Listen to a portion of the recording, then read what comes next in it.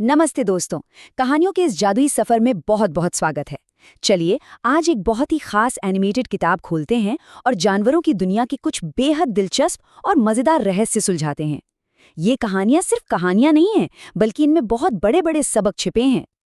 तो चलिए सीधे कहानियों की इस दुनिया में गोता लगाते हैं। जरा सोचिए, क्या एक छोटा सा चूहा बहुत सारे पक्षियों की जान बचा सकता है? या फिर क्या एक अकेला कौवा उल्लुओं की पूरी सेना को हरा सकता है? कैसे थोड़ी सी चतुराई और टीम वर्क से जंगल की बड़ी बड़ी मुश्किलें हल हो सकती हैं? आइए पन्ना पलटते हैं और जानते हैं।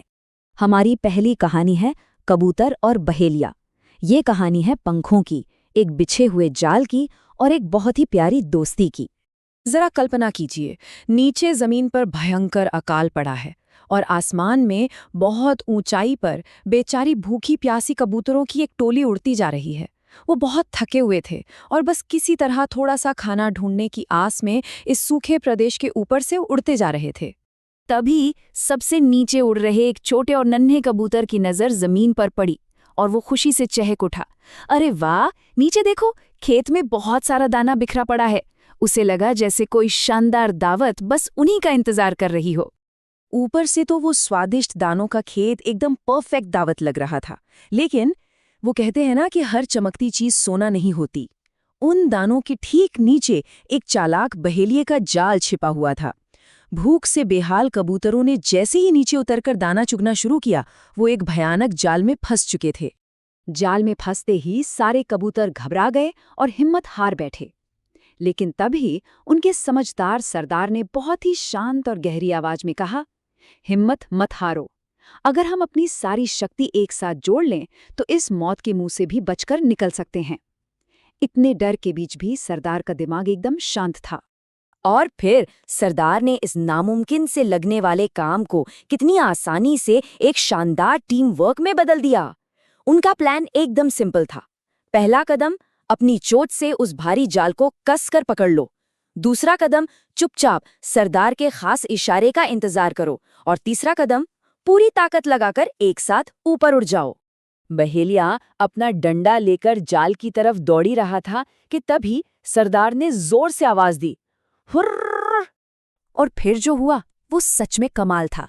सारे बहादुर कबूतर एक साथ जोर लगाकर ऊपर उड़े और उस भारी जाल को हवा में उठा ले गए।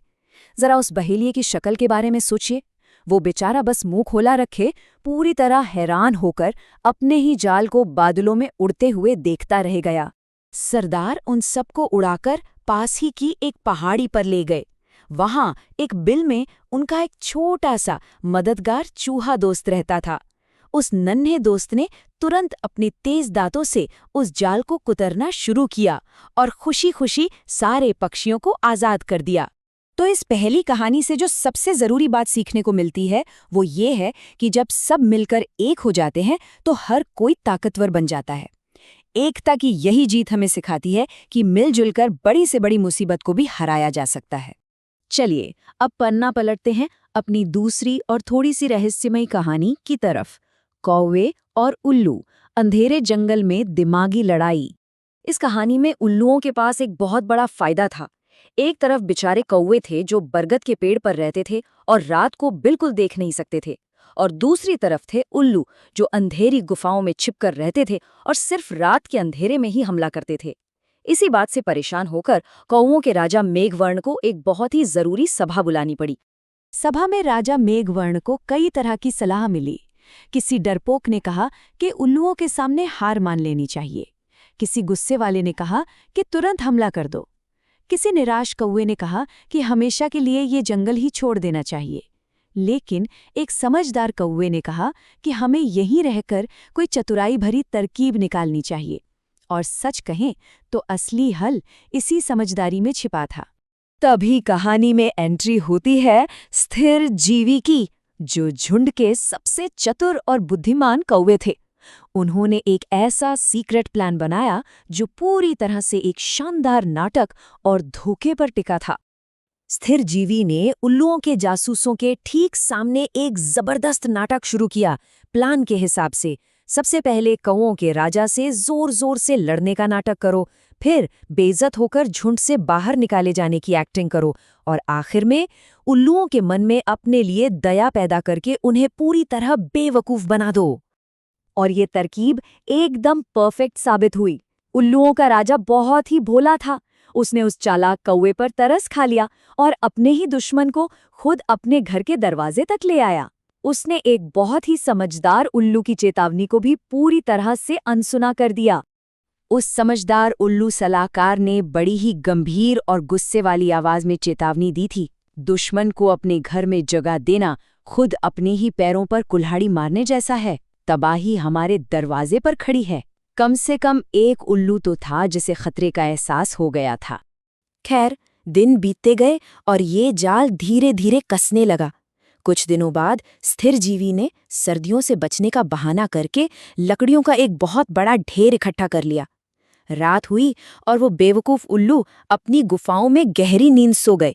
और फिर आधी रात को स्थिर जीवी चुपचाप वहां से उड़ा और कौवों की विशाल सेना को बुला लाया।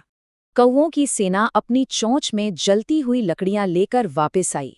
उन्होंने उन जलती लकड़ियों को सीधे स्थिर जीवी के बनाए हुए उस विशाल ढेर पर गिरा दिया और इस तरह एक बहुत ही नाटकीय और आग से भरे अंत के साथ उल्लू हमेशा के लिए हार गए और बरगद के पेड़ की सुरक्षा पक्की हो गई। तो इस दूसरी कहानी की सीख बहुत साफ है। दुश्मन को अपने ही घर में पनाह देना खुद अपने लिए खतरा मोड़ लेने का सबसे आसान तरीका है। हमें हमेशा सावधान रहना चाहिए कि हम किस पर भरोसा कर रहे हैं, चाहे मिलजुल कर एक साथ काम करना हो या फिर मुश्किल वक्त में चतुराई भरी तरकीबें अपनाना। एक बड़ा सवाल ये है कि हम सब अपनी रोजमर्रा की जिंदगी में इस टीम वर्क और स्मार्ट सोच का कैसे इस्तेमाल कर सकते हैं। इसी मजेदार और सोचने वाले सवाल के साथ कहानियों का ये जादुई सफर यहीं खत्म होता है। उम्मीद है इन किरदारों की तरह हम सब भी अपनी समझदारी और सच्ची दोस्ती का इस्तेमाल करना कभी नहीं भूलेंगे। सीखते रहिए और मजे करते रहिए।